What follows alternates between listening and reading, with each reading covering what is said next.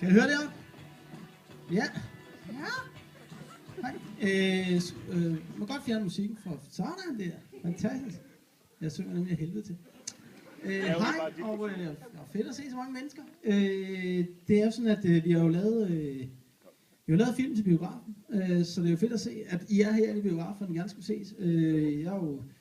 Vi er jo selv meget begejstret for at gå i biografen, ud fra den simple årsag, at det er det eneste, jeg kan sige hold kæft til min kone, uden at det egentlig rigtig gør noget.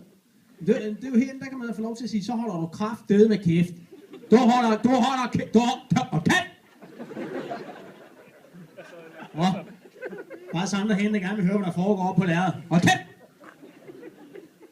Det kan jeg ikke rigtig sige derhjemme. Eller det kan man da godt, men så skal man gå op med sig selv, og man synes, det kan betale sig. Men man er helt tosset med at sove på sofaen. Og så synes jeg også bare, at man tit, hvis man siger hold kæft derhjemme, hvis man sidder og ser en DVD, så får man tit argumentet. Nu hørte jeg ikke, hvad der skete. Jeg hørte ikke, hvad der skete. Det kan da bare spole tilbage. Ja, jeg ville ønske at spole vores parforhold tilbage, mand, til lige da jeg mødte dig. Måske endda lige 6 timer mere, så jeg ikke blev stiv. Jeg synes, det var lækker. Men igen, kan det betale sig? Det er lidt ligesom, når man skal flytte, så kan man godt finde på at lave det der ukurante skilt, det der lille papskilt, hvor der står...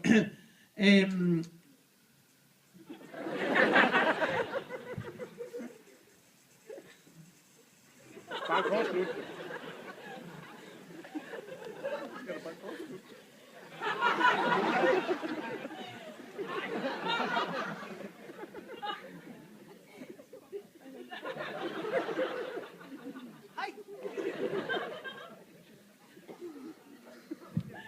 Så man kan godt finde på at lave det der lidt hjemmegjorte skilt. Kan jeg huske, at man kom til? Jeg tror nok ikke. Vi skal flytte på lørdag lige ved. Lad lige være med at parkere her mellem 7 og 13. Men fint nok, så må man sætte det skilt op. Hvis der så er alligevel en, der har parkeret der, ikke? En Fiat Panda. Jamen så kan man lige ringe efter 3 andre gutter og tage fat i den der Fiat Panda bare. Lige kaste den op i storskrald. Prøv at trøste de børn, der sidder inde i bilen. Hvorimod, hvis det er en Harley Davidson motorcykel, der er parkeret der, så skal man gå op med sig selv, om det kan betale sig at få fat i ejeren, ikke? Og sige, hallo, flæskefjæs, mand. Ja, dig med kamphunden, mand. Hvad ligner der parkerer sin knaller der, mand? Kan du ikke læse, eller? Nej, det kan du sikkert ikke, men altså... Og lyserød styrthjelm, hvad sker der, mand? Nå, du er skaldet, okay, ja. Det er egentlig meget fedt, du har rygmærke på, for du ved, at lige så grim forfra, som du er bagfra, men nu er det mindst en chance for at vide, hvad der peger fremad. HA, hvad står det egentlig for? Homoanalrytter, eller hvad? Så skal man gå op med sig selv, om det kan betale sig, eller man bare lige skal flytte sofaen de der 5 meter ekstra, ikke? Men det er jo fedt at komme i biograf. Det er jo magisk verden, man træner, når man sidder som biograf. Også fordi, at alt er bare lidt fedt. Også de der trailer for andre film, man får lov til at se før selve filmen, ikke? Og især de amerikanske, hvor den der amerikanske fortællerstemme er på, den er så... Han kan jo gøre alt fedt med den stemme. Selv Propper Bertha bliver fed i den sammenhæng, ikke? One man, one cow, and in the woods, one evil witch, and the tyttebøvserne. Og det er alt er bare fedt, ikke? Og så kan jeg godt lide det faktum, at når man går i biografen, så vælger man en film, køber billet til den, går ind i salen, så er det sgu den film, du får lov til at se. Sådan er det ikke derhjemme. Jeg kan være ret sikker på, at hvis jeg har fundet en film, jeg synes meget, min kone skal se sammen, så bliver den omstødt ret hurtigt, den beslutning. Jeg når lige at smide den på og sige, det var en, jeg fandt nede i Kvickly, lå i kæmpe kasse. Hvad hedder den? Babseræs i det ydre rum. Det handler om nogle fotomodeller, der drøner rundt i podracers i det ydre rum. Og når de så vinder et løb, så vokser brysterne på. Der stod på coveret, at Linse Kessler havde set film og synes, den var lige i overkanten. Så jeg var ret sikker på, at den bliver trykket ud med det samme, ikke? Og så bliver der smidt den anden på. Men hvad skal vi så se, skat? Det er Sex and the City. Den har jeg da sovet til en gang. Jamen det her, det er en speciel heste-edition, hvor alle rollerne bliver spillet af heste. Det lyder eddermame dårligt, mand. Nej, for det er Justin Bieber, der har lagt stemmen til alle hestene. Der ved man bare, at det bliver en lang aften, ikke? Og det er jo meget sjovt det der med, når man snakker drengefilm og pigefilm, ikke? Det er jo fordi, jeg synes tit, drengefilm, de får sådan skudt lidt i skolen. Det er sådan noget urealistisk, sådan noget Transformers, det har ikke noget hold i virkeligheden. Nej, det har det ikke, det medgiver jeg gerne, men det er da heller ikke nødvendigvis, fordi pigefilm altid har hold i virkeligheden. Min kone var ved at se en sådan en italiensk kærlighedsfilm derhjemme på TV-tagen. Og det handler om et par, der har haft lidt problemer i ægteskabet, og så er de ved at gå fra hinanden, men så bliver de enige om at prøve at melde sig til sådan en madkursus, og så finder de så kærligheden igen igennem det madkursus. Men hun er helt opslugt af den, og så på et tidspunkt i filmen, så står de i det her køkken og laver mad, og manden han står og rører rundt i sådan noget kødsovs, og så får han kødsovs op på skjorten, og bliver pissevred. Kraft, det er i helvede pis, det er helt nyvasket. Han snakker åbenbart dansk. Så river han skjorten i stykker og smider den af, ikke? Eller sådan, så er han heldigvis super duper toptrimmet. Det var heldigt, hva'? For det havde bare været en anden filmtøs, hvis han havde gjort sådan her. Så havde det ikke været helt det samme, vel? Men det der simpelthen sker, det er, så står han der og laver mad i bar overkrop. Og så får hun øje på sin mand, som hun ikke har set ham i 5 år. Og så kaster hun sig over ham, og så har hun hed elsker på gulvet sammen med ham. Da min kone så den der, vi skal også noget, hvor vi overrasker hinanden med mad. Hvad for noget? Vi skal da overraske hinanden med mad. Nå, jeg gik så ud dagen efter og købte en med vandmelon. Som jeg så hakket over på midten og udhulet. Og så tog jeg den så på som styrthjelm. Yes. Og så gav den som motorcykelbetjent ude i indkørslen, hvor hun lige fik en bøde. Hold kæft, hun blev overrasket. Det kan jeg godt fortælle. Og så, det var selvfølgelig mig, der havde misforstået helt lortet. Hun havde så købt sådan noget flydende, det var guldchokolade. Det lignede guld, så kunne man så smøre det på, så skulle jeg så slægge det af. Labber. Og der kan jeg bare sige, at hvis man får et stykke med knas, så er man kommet for langt ned. Ja. Men prøv at se, når man går i biografen og er tvunget til at se en pigefilm sammen med sin kone, ikke? Så er det jo stadigvæk en fed oplevelse at gå i biografen, fordi man kan udnytte situationen, når hun sidder der fuldstændig opslugt af den her kærlighedshistorie. Ikke? Helt opslugt af det her. Fuldstændig suget ind i det her univers. Så kan man lige tænke, jeg lægger sgu da lige en hånd på lår.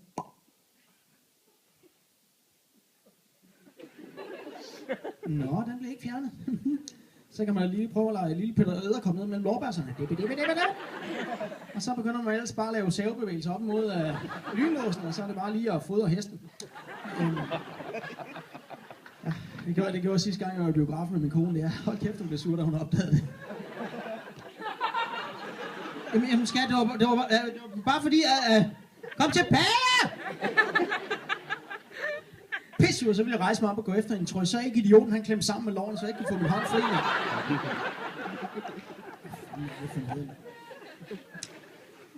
Men som sagt, det var alt for tungt i sår, og jeg vil bare lige sige tusind tak, fordi I kom og så. Jeg har ikke lavet den alene, der er en masse andre med i sådan en proces der omkring det at lave film, og en af dem, det er producenten, som ham, der bare skal have en ryggrad af stål og bare ikke tage et nej for et nej.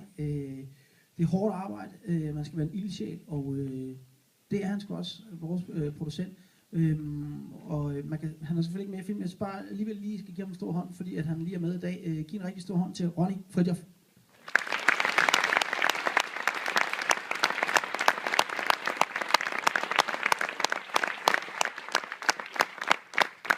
Så er der en anden, der er med i dag, som også instruerede Blå Mænd, og hej Per. Hej. Og også Alle for en og Alle for to. Vi har lavet 3 film sammen nu, og hvorfor har vi det? Det er simpelthen fordi, der er ikke andre, der ringer til os. Det er ikke med min gode vilje at arbejde sammen med ham, men der er ikke noget at gøre ved det. Der er ikke andre, der gider arbejde sammen med mig. Han er normalt bag kameraet, men nogle af jer har måske alligevel set ham før, fordi han i en anden sammenhæng er foran kameraet, nemlig i noget, der hedder Smagsdommerne på DR2. Hvor mange siger Smagsdommerne på DR? Nej.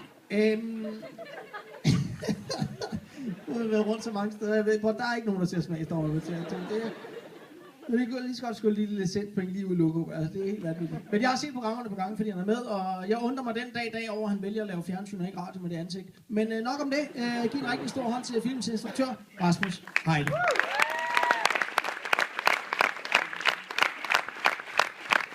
Tak skal du have.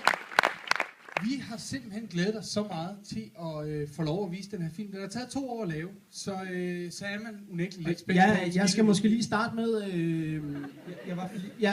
bare lige starte med at undskylde jakken. Ja, man kan ikke lade være at stå og tænke, hvad fanden han så valgt fra derhjemme? Altså, det har været det sløjeste garderobe i hele verden. Det er selvfølgelig fedt, at man kan bruge sit konfirmationstøj 2 gange. Det er super. Jeg har glædet mig særlig meget. Det er sikkert passet, da han blev konfirmeret. Det kan man ikke afvise, men så er der så en eller anden form for en fedtbrænde på bagefter. En form for en dynevest og flæsk.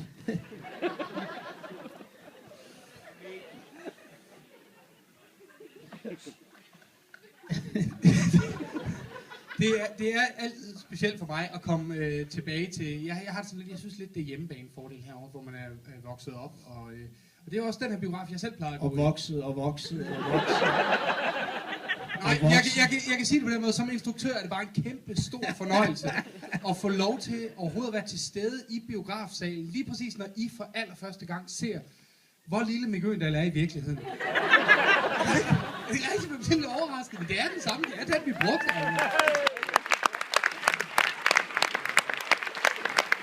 Jeg ved godt, altså, jeg så godt, I var lidt nervøse, jeg tænkte, gud, men så åndede I lidt op, da I så, at han havde en voksen med. Det er meget rart. Men det er simpelthen dem, man vælger at klappe af her i Esbjerg. Det har den fede grimme til han over den lille.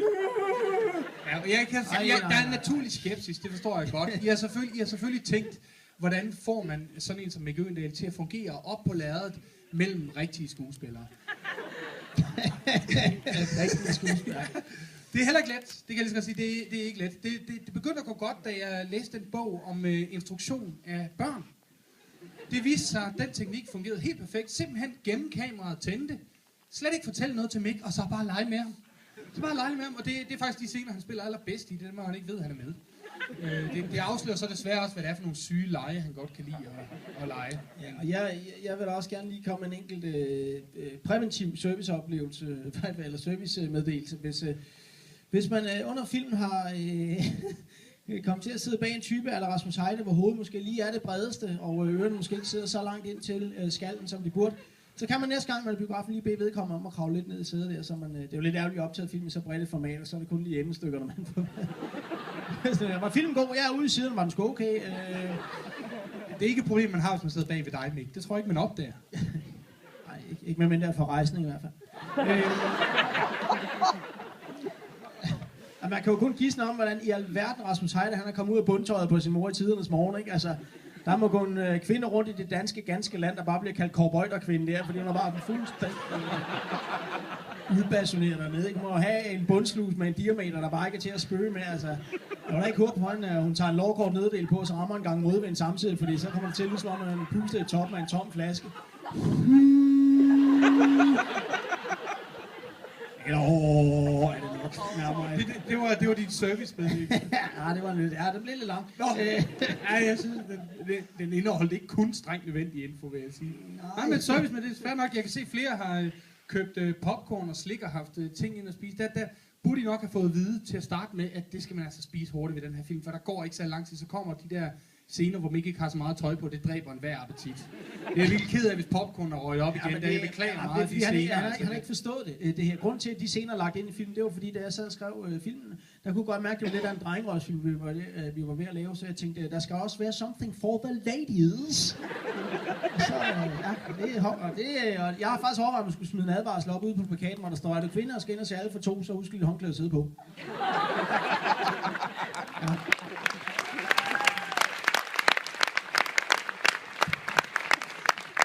Fordi de har set, når der er knæstørt. Men jeg kan så som den eneste professionel heroppe tydeligvis... Og overvægtig. Kan jeg forklare, hvordan man rent faktisk laver sådan nogle scener? Altså når man skal lave scener, hvor skuespillerne ikke har så meget tøj på, så gør man det, man hyrer en body double, hvor man kan filme kroppen. Og så kun bruge skuespilleren til nærbillederne. Og det ville jeg faktisk også gerne have gjort med Mick, men alle små behårede kroppe, de var travlt optaget på Hobbiten. Det var hans blege dunk, I så hele vejen. Det er altså virkelig ked af. Det var the real Stier. Med de små, stride, sorte børster. Ja. Der er ikke lavet noget. Det er sådan, det ser ud meget håndholdigt nok. Meget deformt i virkeligheden. Ja, men som sagt, filmen er ikke lavet for at redde verden. Den er lavet for at give en 1,5 times underholdning, og forhåbentlig for en til at glemme, at det er lidt koldt udenfor, chefen har været en idiot, eller været en dum dag i skolen.